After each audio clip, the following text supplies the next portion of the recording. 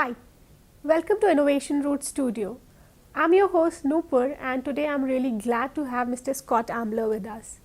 Scott is a chief scientist at Disciplined Agile Inc.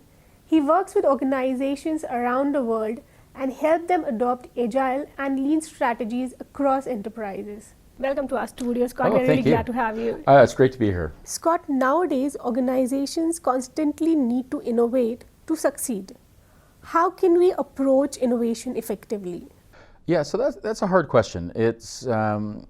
Innovation will vary by organization and vary by team and vary by person because it depends on a few things. It depends on what what the marketplace wants that you're serving, and also your perception of the marketplace.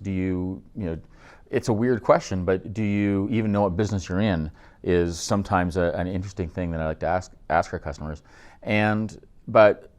So to be innovative, you've got to be able to understand your customer, understand what they want, and also think about how can we delight the customer? How can we add real value to them on a regular and continuing basis that delights them? And what they need, what they want will change and vary over time, and you've got to be aware of that, and you have to have a good relationship with your customers, good understanding of what problems they're trying to solve themselves, and then innovate around that. As we know, nothing is more constant than a change.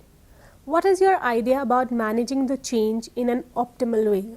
Yeah, so my first step is I assume change will happen, just exactly as you say, and embrace the idea, embrace the fact that change is going to occur, and so don't get invested in your ideas and don't get overly invested, I should say, in your ideas and your strategies, because as the marketplace shifts, as your customers change change their vision of what they want, you need to shift with it, and you need to be constantly questioning and probing and trying to sense what does the marketplace want, what can I do, and be actively getting feedback. So not trying to you want to do planning, but don't overly plan. You want to think things through, but don't overly think them through, and be flexible and always be questioning what your belief system is, because you've got to be prepared to pivot. You've got to be prepared to change things up, and sometimes end a value stream, end a business line, because sometimes it's better for you to destroy some aspects of your own business as opposed to get caught by a competitor who destroys it when when you can't control that. So it's very strange, but It sounds strange to me as well. It is. It's hard for people to embrace change. It's easy to say, very easy to say, but it's very hard for people to embrace change, particularly when they still believe in predictability, and they still believe that they can predict what the future is going to be. And for those people, I always suggest if you truly believe you can predict the future, you should play the lottery, or you should gamble on horses or whatever you like, and make a lot of money and then retire. Like why work? And because people can't predict, but you can react to change, and you can try to make the change yourself and control, have a little bit of control over the change. But you've got to be producing high quality work, and you've got to be keeping things as lightweight as you can, and trying to streamline all your activities in order to be able to pivot and change and go in a different direction when you need to. Yeah, so we need to predict. How can we predict effectively? I mean, is there any intelligence we can put behind prediction? You can certainly. I think the more you observe, the more people you talk to, and the more effort you put into understanding what the marketplace is actually doing, the better you're going to be at prediction. But at the same time, the further out you try to project in time, the more harder it's going to be accurate. So, and you've got to embrace that. Like I could predict what I'm going to have for dinner tonight. I can't really predict what I'm going to have for dinner 3 weeks from now, other than food, right? So I've got to start being fuzzy in my prediction. So, and I think that can be disconcerting. Many organizations still have this annual budgeting, annual planning that they want to do, and and in many ways they confuse this idea of having to report to regulatory reporting to the marketplace on a quarterly and an annual basis, with planning and with trying to predict. And we've got to get out of this annual or even quarterly planning process and have a continuous planning and continuous effort to change and to continuous observation and continuous planning and be shifting at all points in time. Mm-hmm. And that's a different mindset, and it's a different set of skills, and it's very disconcerting to some people. We see that organizations grow because of strategic leadership or successful leadership. How change management can play a big role in it? So from a leadership point of view, we need leaders who who are thinking through strategy and thinking through the bigger picture, and certainly they should be trying to think. They should be focused on what should we be doing 2 years from now, 3 years from now. Like what does our success look like that far in advance? And at the same time, they should be motivating. So at a very high level, they're very strategic. But then they should be motivating the people they work with underneath them to be thinking, what should we be doing this year? What should we be achieving in this quarter? And the further you get down, then the more tactical you're going to be. But and it's all got to reflect. And it's all got to feedback. You have all these feedback loops on this sort of stuff. But my leadership team needs to be thinking strategically, and that I think is some of the key differentiation between a leader and a manager.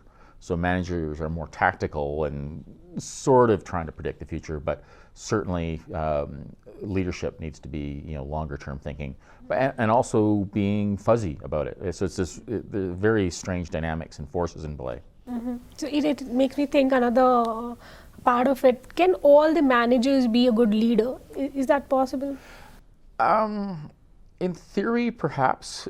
In practice, no. And I truly like to believe that anybody can achieve anything if they work hard enough at it and try to get better. And certainly, you can become, like any manager can certainly improve their leadership skills. But there's some inherent skill and charisma involved as well that some people have, and mindset as well. There's it can be very difficult to be a leader, and some people are oriented towards management, and some people are oriented towards being a leader. So I've seen some very good leaders who are phenomenally poor managers, and vice versa. So fair enough. So I think it's, but certainly you should strive to improve and strive to become more of a leader if that's what you want to do. But in some ways there's limits, unfortunately. Yeah. Well, keeping focus in chaos is very challenging. What is your suggestion to be focused in such situations? Well, so chaos is interesting, and so things are certainly very chaotic, but you can still have some control, and you want to always be sort of operating on the edge of chaos. If you want to be innovative, if you want to be successful, you sort of you need to be just operating on the safe side of chaos, because if you go over to the if you go over the edge, then you've got a problem, and certainly sometimes you'll do that. But I look at so for example the traffic here in Bangalore, it looks chaotic from the point of view of somebody who's not used to it. It looks very chaotic, yet I don't see accidents happening. I don't see people getting hit by cars, and I'm sure it happens, but I'm certainly at the apparent chaos. Certainly, I'm not seeing all these cars with dents in the side and people on crutches and things like that. So I'm not seeing that. And so why is that? So something that from an outsider appears very chaotic is actually governed by very simple rules. Like people are looking, they know, as a driver here, there's a certain set of rules that everybody's following. So even though they're all weaving in and out and we're getting very close to each other, it's still safe and it's still working out. Through a simple set of rules. Now the rules here in Bengaluru are different than the traffic rules in Toronto, where I'm from, which are different again than the traffic rules in the unwritten traffic rules in say Rio de Janeiro, which is also very chaotic. And for example, the Toronto traffic also appears very chaotic, but it's a different type of chaos with a different set of rules to navigate that chaos. So it gets down to we have this chaotic complexity, but we can still navigate it, and we can still, and so you want to look for the simple rules, the simple principles, the simple values that allow you to operate in this very chaotic environment. And I would argue that chaos is normal, and certainly we can, you can walk outside of this room and be in the middle of chaos suddenly, and yet we can navigate it. And so I think as humans, we've been doing this for centuries. Certainly, if you were on a sailing boat, the ocean is very chaotic. Yet we can successfully sail, and usually. So I think it's the same sorts of principles that there's certain things you do as a sailor that allow you to navigate the complexity. One of our business partners is a race car driver, and as a hobby, and he teaches race car driving, and it's a heck of a skill. And sometimes he teaches the weekend. The weekend race car, the rich people, they want to drive a race car on the weekend, right? So you do a little bit of training, and then they get in the track and they do their thing. They have a lot of fun, and they're pretending, right? And but so meanwhile, he's been driving for years, and he's constantly learning, constantly getting better, but at the same time, he's not like a NASCAR race car driver or a Formula One race car driver. Like there's this other quantum of skilled people way above him, but he's far more skilled than either of us will ever be. But race car driving is very chaotic. If you look at Formula One, even though they're going around a track, phenomenally chaotic, and one small mistake and it's all over. And yet it's a simple set of rules and reactions and intuition and just body knowledge that these drivers have that allow them to survive and hopefully win races. So yet it's phenomenally chaotic. It's interesting to know that chaos can be of different types. So do you think we humans at times make chaos as a reason to not deliver? I think so. So it's certainly a wonderful excuse. And at the same time, though, I would argue that you can certainly navigate chaos, you can control it. Now, if you're in an environment where it's the type of chaos you don't understand. So for example, I was talking about race car driving. I don't know how to drive a race car. So if I was plunked in that environment, I don't have the skills. I don't have the background to navigate that complexity. So yeah, I would just throw up my hands and say, yeah, this is too hard. I can't do it. And certainly, I could also create complexity as well, or I could also create chaos as well, in order to give me an excuse. So, I could be asked to I've got to get to the other side of the city tonight. So I could rent a race car, which I have no skills of driving, and I don't really understand the driving rules of Bengaluru, and so I would have a wonderful excuse for not going to this engagement this evening because it's just too chaotic. I couldn't possibly drive here. Whereas the real solution would be to rent a car or get in a tuk-tuk or something. So there's always the opportunity to use chaos as an excuse. But I would push back and say, well, why didn't you ask for help? Why didn't you change up the rules, right? So and take on a problem that you could actually solve. So. Yes, chaos can be used for an excuse, but it's probably not a good excuse. Yeah. Another big challenge is to manage daily business in the middle of constant change. Tell us 3 ways to achieve the same, like doing the daily business activities as well as managing the constant change. Yeah, so I think the first one is understand that there's different levels of innovation and different levels of business. So you've got your daily business, where you make money. So you've got to focus on that, and you got to make sure you're successful at that. But at the same time, things are going to be evolving. So you've got to be always willing to experiment with new ways of working, with understanding that you're just observing your customers and understanding what they want, and be willing to change these businesses you're in, and also be willing to invest in potential new lines of business, right? So you should always be looking several years out, So even though you've got to keep the lights on today, and that's your core business, you've also got to be inventing the businesses that will be your core 2 or 3 years from now. And so you've got to have people, and it might be the same people, or it might be a different set of people that are focused more on future innovation versus growing a business growing a new line of business versus running an existing line of business, more of a cash cow type of a thing. So I think that's so having these 3 different viewpoints and time frames, and often it's different sets of skills. Like people who are very good at this innovation and getting started are not that good at keeping things running a few years down the road. So you've got to have this handoff and this evolution of the team doing the work. So it's very exciting, I think, in modern business environments in that way. How important, according to you, is to not just create the success, but also to recognize it? Yeah, definitely.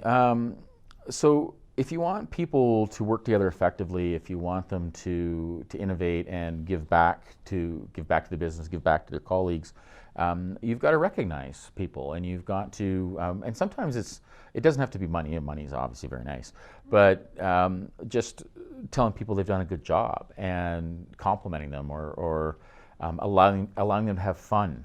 Sometimes one of the speakers at earlier today was talking about how they have hackathons. So once a quarter, her organization has a hackathon where people are allowed to spend a day doing these innovative things, and it's a lot of fun for people, and sometimes some very interesting things come out of it. But she's convinced now that if they were to stop doing that, they would have a revolt, because this is seen as a benefit. It's certainly a benefit for the company, but it's certainly a benefit for the people involved, because if you have a successful experiment, you're recognized for that, and you have fun doing it, but you also get recognized, and I would expect rewarded in some way as well. So certainly letting people know they're doing well, and it doesn't have to be like a manager to subordinate thing. Colleagues, getting praise from a colleague is often more effective than getting praise from a manager. So it happens rarely, though. Yeah, I think people need to get better at it. It's one of those things where you've got to mirror the change that you want. So if you want to build up a culture where people are recognized for their good work, well, the first step would be to start recognizing people for their work, and for doing good things, and sometimes even recognizing bad things, but making these bad things positive, and working together to find ways to improve and recover from mistakes and learning from mistakes, and recognizing people for the fact that yes, we made a mistake, but then we in the Agile community, we like to take failure bows, right? We say, hey, I failed, that's great, and then it's a good way to sort of get on to the next step of learning and accepting that, hey, we're only human, we made mistakes, and we can recognize that and make it fun, and then move on. So recognizing both success and failure are very good things. And celebrating both as well. And celebrate, yeah. If somebody, if something happened and things didn't go well, let's celebrate that. And particularly if we recognize, hey, things are not going well, let's stop this. And then this is a good way to communicate that, hey, we're no longer going to, hopefully no longer exhibit this behavior that wasn't working out so well for us. And we can move on. So it's a really interesting technique to get some better behavior and better results from people. So. Yeah. So we have spoken about innovation, we have spoken about managing change, going through the chaos, we have spoken about managing the daily business activities, as well as celebrating success and failure. Don't you think this all is related to how you work, the ways of working? So what is your thought around it? It definitely does. So one of the things we talk about in Disciplined Agile is that context counts, that different people and different teams will work in different ways because they face different situations. And because the situation evolves, you will always be you'll always be evolving your way of working. And there's certainly techniques that enable you to be more innovative or less innovative if that's what you want.